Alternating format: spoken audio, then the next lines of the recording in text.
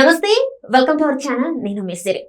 పరిమితికి మించిన హోర్డింగ్లు కానీ ఫ్లెక్స్లు కానీ ఉంటే మాత్రం ఈసీ తీసేయమని చెప్పేసింది. సో ఈ అంశాన్ని మనకి ఇంకా క్లుప్తంగా వివరించడానికి మనతో పాటు ఉన్నారు Jai Bharat national party official spokesperson Chiranjeevi Naik గారు. నమస్కారం సార్. నమస్తే జై భారత్ అండి. సార్, ఇప్పుడు చూస్తుంటే మనకి ఎన్నికలు నెక్స్ట్ మంత్ ఉన్నాయి. సో పరిమితికి మించిన హోర్డింగ్లు కానీ ఫ్లెక్స్లు కానీ పెడితే మాత్రం పీకి పడేయండి అని చెప్పేసి ఈసీ కమిషనర్ అయితే మనకి చెప్పడం జరిగింది.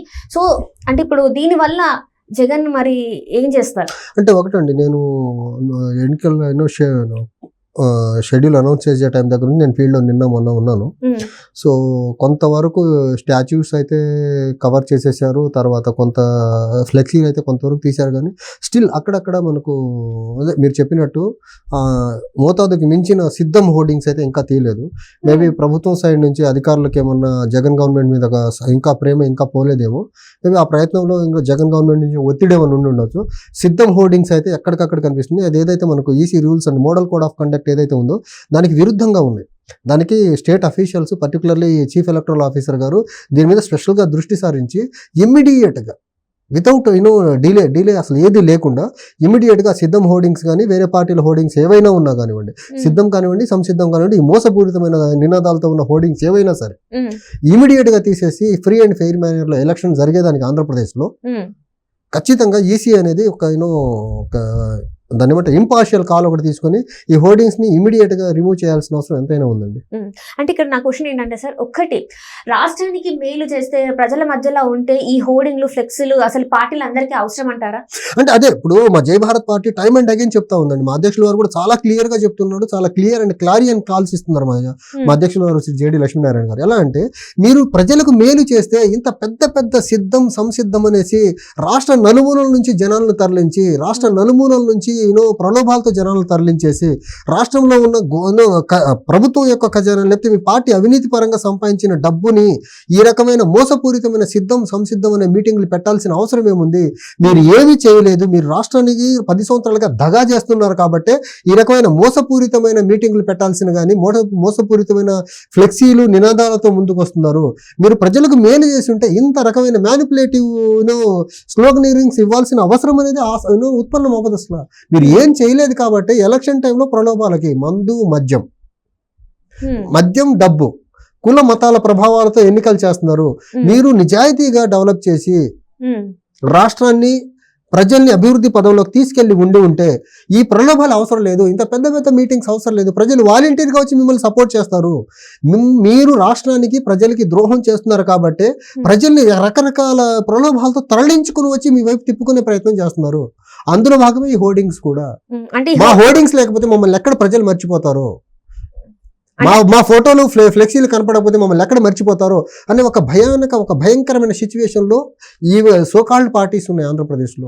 అంటే హోర్డింగ్స్ ని నమ్ముకొని ఈ పార్టీలు ఉన్నాయంటారా? లేకపోతే అంత పెద్ద మొత్తంలో ప్రభుత్వ ఖజానాన్ని వేస్ట్ చేసి ఆ సిద్ధం హోర్డింగ్స్ ఎందుకండి? అది ప్రభుత్వం ఎక్సెకర్ నుంచి ఇస్తున్న డబ్బులు కదా, వీళ్ళు పార్టీ డబ్బులు కాదు, ఇది ప్రభుత్వం డబ్బుని వీళ్ళు సొంతానికి వాడుకుంటున్నారు. ఐఎన్పిఆర్ డిపార్ట్మెంట్ ని సొంతానికి వాడుకుంటుంది వైసీపీ గవర్నమెంట్.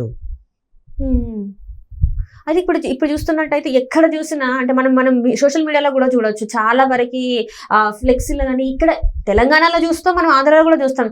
ట్రాఫిక్ మీరు చూస్తున్నట్టయితే సిగ్నల్స్ దగ్గర ట్రాఫిక్ ఉన్న ప్లేసెస్లలో, టర్నింగ్ తీసుకునే ప్లేసెస్లలో పెద్ద పెద్ద చాలా తమిళనాడులో ఒక యాక్సిడెంట్ అయిందండి ఫ్లెక్సీ వల్ల. ఇక్కడ కూడా అయింది కదా, మనకి హైదరాబాద్ లో కూడా అయింది కదా. అది దీని మీద అసలు వాళ్ళకు కనీసం ఏమాత్రం దానివల్ల plastic pollution, resources waste, accidents, ఇన్ని అవరోధాలు జరుగుతున్నా వీళ్ళకి ఏం పట్టనట్టు, వీళ్ళకి ఏమాత్రం ప్రజాహితం రాష్ట్రహితం కోరుకునే మనుషులైతే రిసోర్సెస్ వేస్ట్ ఎందుకు చేస్తారు? యాక్సిడెంట్స్ టర్నింగ్స్ దగ్గర యాక్సిడెంట్ ప్రోన్ ఏరియాల్లో పెద్ద పెద్ద ఫ్లెక్సీలు ఎందుకండి? వాడు యాక్సిడెంట్ ప్రోన్ ఏరియాలో మీ ఫ్లెక్సీ వైపు చూసుకుంటే డ్రైవింగ్ చేసుకుంటే వెళ్ళి ఎక్కడో గుద్దేసి యాక్సిడెంట్ అయిపోతుంది వాళ్ళకి. ట్రాఫిక్ ప్రతి జంక్షన్ లో ప్రతి కూడలిలో మీరు ఈ రకంగా ఫ్లెక్సీలు పెట్టేసి జనాలు అటెన్షన్ ట్రాఫిక్ సిగ్నల్ మీద ఉండాలా, మీ హోర్డింగ్ మీద ఉండాలా, మీ ఫ్లెక్సీల మీద ఉండాలా? అంటే కొన్ని చోట్ల మీరు చూసినట్టయితే ట్రాఫిక్ సిగ్నల్ కూడా కనిపించని రీతిలో అంత పెద్ద అదేనండి. అదే వీళ్ళు చేస్తుందంటే వీళ్ళు ప్రజలు మమ్మల్ని ఎక్కడ మర్చిపోతారు అని ఒక భయానక సిచ్యువేషన్ లో ఉన్నారు వీళ్ళు. ప్రజలు ఎప్పుడు మమ్మల్ని గుర్తుంచుకోవాలనేసి రకరకాల మ్యానిపులేటివ్ స్లోగన్స్ తో వీళ్ళు హోర్డింగ్స్ ఫ్లెక్సీలు పెట్టేస్తున్నారు. దీని వల్ల రాష్ట్రం ఆ డబ్బు ఎక్కడి నుంచి వస్తుంది? మళ్ళీ వీళ్ళు అవినీతి చేసిన డబ్బుతోనే కదా వీళ్ళు అవన్నీ చేస్తుంది. అంటే ఇప్పుడు ఈ పార్టీలన్నీ కూడా ఫ్లెక్స్లు ఈ అవినీతి డబ్బులు పంచిపెట్టడం వల్ల దాని మీద పెట్టిన ఇంపార్టెన్స్ మంచి పనులు చేద్దామని చెప్పేసి రాష్ట్రాన్ని అభివృద్ధి వైపు ఇప్పుడు చూడండి, చేద్దామని చేయలేదు. రాష్ట్రంలో ఇప్పటికి ఇంకా మార్చి నెలలోనే ఉన్న, ఏప్రిల్ ఇంకా రాలా.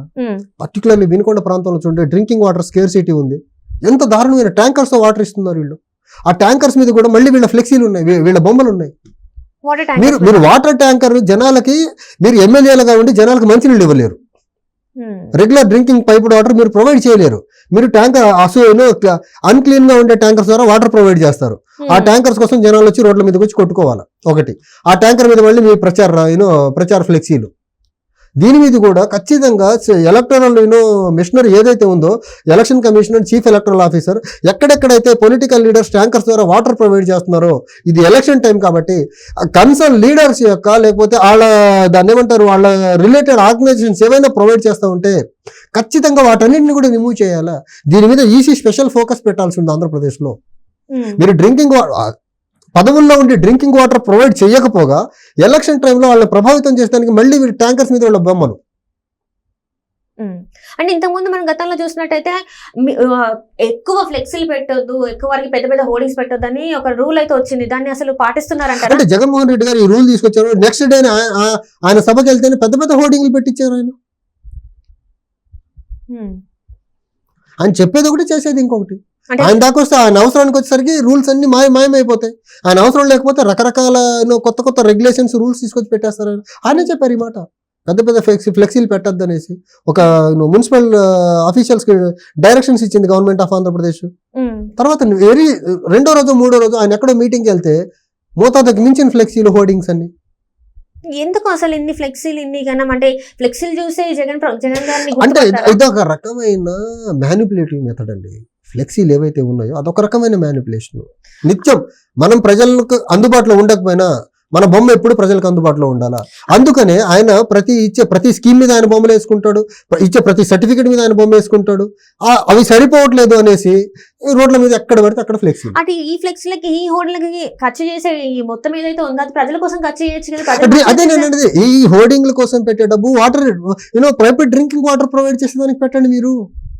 లేకపోతే బెటర్ ఎడ్యుకేషన్ కి పెట్టండి, బెటర్ మెడికల్ హెల్త్ ఫెసిలిటీస్ కి పెట్టండి మీరు. అక్కడ చేతులు రావు. కానీ వీళ్ళ పబ్లిసిటీకి పెట్టేదానికి మాత్రం, సొంతానికి వ్యవస్థల్లో నుంచి వచ్చే డబ్బు మొత్తాన్ని సొంతానికి వాడుకునేదానికి మాత్రం చేతులు వస్తాయి వీళ్ళకు. వీళ్ళకు ప్రజా అవసరాలు పట్టవండి, సొంత అవసరాలే వీళ్ళకి చాలా అవసరం. దానికి పదవిని అడ్డం పెట్టుకుని వాడుకుంటూ ఉంటారు వీళ్ళు. అంటే ప్రతి ఒక్కరు పదవి కోసం చూసేది వాళ్ళ స్వలాభం కోసమే. కానీ అంతే కదా, ప్రజలు ఓటేసిన ప్రజలకు ఇప్పుడు రైట్ ఫ్రమ్ ప్రధానమంత్రి దగ్గర నుంచి కింద స్థాయి ఉన్న సర్పంచ్ వరకు అండి, వీళ్ళు ఏ అకేషన్ వచ్చినా గానీ హోర్డింగ్స్ పెట్టుకొని వీళ్ళ సొంత ప్రమోషన్ తప్ప గ్రామ స్థాయిలో ఉన్న సర్పంచ్ గ్రామ ప్రమోషన్ చేయరు, ఎమ్మెల్యే నియోజకవర్గం గురించి ప్రమోషన్ చేయరు, ముఖ్యమంత్రి రాష్ట్రం గురించి ప్రమోషన్ చేయరు, ప్రధానమంత్రి గారు దేశం గురించి ప్రమోషన్ చేయరు. ఎక్కడికక్కడ సొంత ప్రయోజనాలే వీళ్ళకు, సొంత ప్రమోషన్సే తప్ప వీళ్ళకు ఒక కామన్ ఇంట్రెస్ట్ ని ప్రమోట్ చేసే ఒక మైండ్ సెట్ మన దగ్గర ఇండియాలో ఉన్న పొలిటికల్ లీడర్స్కి అయితే లేదండి. దాన్ని మార్చాలంటే జై భారత్ నేషనల్ పార్టీ లాంటి పార్టీలు చాలా బలపడాలో. ఆ బలపడే ప్రాసెస్ లో ప్రజలు మద్దతు ఇవ్వాలి. ప్రజలే తప్పంటారా మరి ఇక్కడ? నేను ప్రజలది తప్పనట్ల, ప్రజలు వీళ్ళ ఇంప్రెషన్ ని ప్రజల మీద రుబ్బుతున్నారు, ప్రలోభాలకు గురవుతున్నారు. ఇప్పుడు మాలాంటి వాళ్ళ వాయిస్ ప్రజల్లోకి వెళ్లకుండా కొన్ని మీడియాల ద్వారా వీళ్ళు నొక్కేస్తున్నారు. ఎప్పుడైతే media fair and free manner లో పనిచేస్తుందో, ప్రలోభాలకు లొంగకుండా పనిచేస్తుందో, అందరి వాయిస్ని ఈక్వల్గా జనాల దగ్గరికి తీసుకెళ్తుందో, జనాల దగ్గర అందరు వాయిస్ని పెట్టగలిగితే జనాలు చూస్ చేసుకుంటారు వాళ్ళకి ఏది కావాలి, వాళ్ళకి ఎవరు కావాలనేది. మీరు వాయిస్నే జనాల దగ్గర తీసుకెళ్ళినప్పుడు ప్రజలు ఏది ఎలా చూస్ చేసుకుంటారు? ఈయన కాకపోతే ఆయన కాకపోతే ఈయన అనేది. ఇప్పుడు నేను రీసెంట్గా ఒక టీవీ ఛానల్ చూశానండి, కవిత గారు అరెస్ట్ అయ్యారు. మా పార్టీ గురించి పెద్ద ప్రచారం ఉండదు ఆ టీవీ ఛానల్లో, మా అధ్యక్షుల వారి యాక్టివిటీస్ గురించి పెద్ద ప్రచారం ఉండదు. కానీ కవిత గారు అరెస్ట్ అయితే దాని మీద లీగల్ ఒపీనియన్, లేకపోతే ఆ రూల్స్ రెగ్యులేషన్ గురించి మాట్లాడడానికి మా అధ్యక్షుల వారిని తీసుకొచ్చి కూర్చోబెట్టేశారు. అక్కడ పనికొచ్చి మా అధ్యక్షుల వారు ఆ లీగల్ ఒపీనియన్స్ ఇచ్చేదానికి, లేకపోతే ఆ పర్టికులర్ ఏజెన్సీస్ యొక్క వర్కింగ్ స్టైల్ గురించి, దానికి ప్రోస్ కాన్స్ గురించి మాట్లాడడానికి పనికొచ్చి మా అధ్యక్షుల వారు పొలిటికల్ పార్టీ పెట్టుకుని ముందుకెళ్ళి ఆయన భావాన్ని, ఆయన భావజాలాన్ని ప్రజలు తీసుకెళ్లేదానికి మీరు ఎందుకు అంత స్పేస్ ఇవ్వరు అక్కడ? అంటే ఎదగలేరనా, లేకపోతే మేము ఎదిగితే ఇంకోటికి నష్టం వస్తుందని ఆ భయంతో మా ఎదుగుదలని వీళ్ళు ఎంతో కొంత సాధ్యమైనంత వరకు మా ఎదుగుదలని ఆపే ప్రయత్నం వీళ్ళు చేస్తున్నామని వీళ్ళు అనుకుంటున్నారు, కానీ మా ఎదుగుదలని వీళ్ళు ఎవరు ఆపలేరు.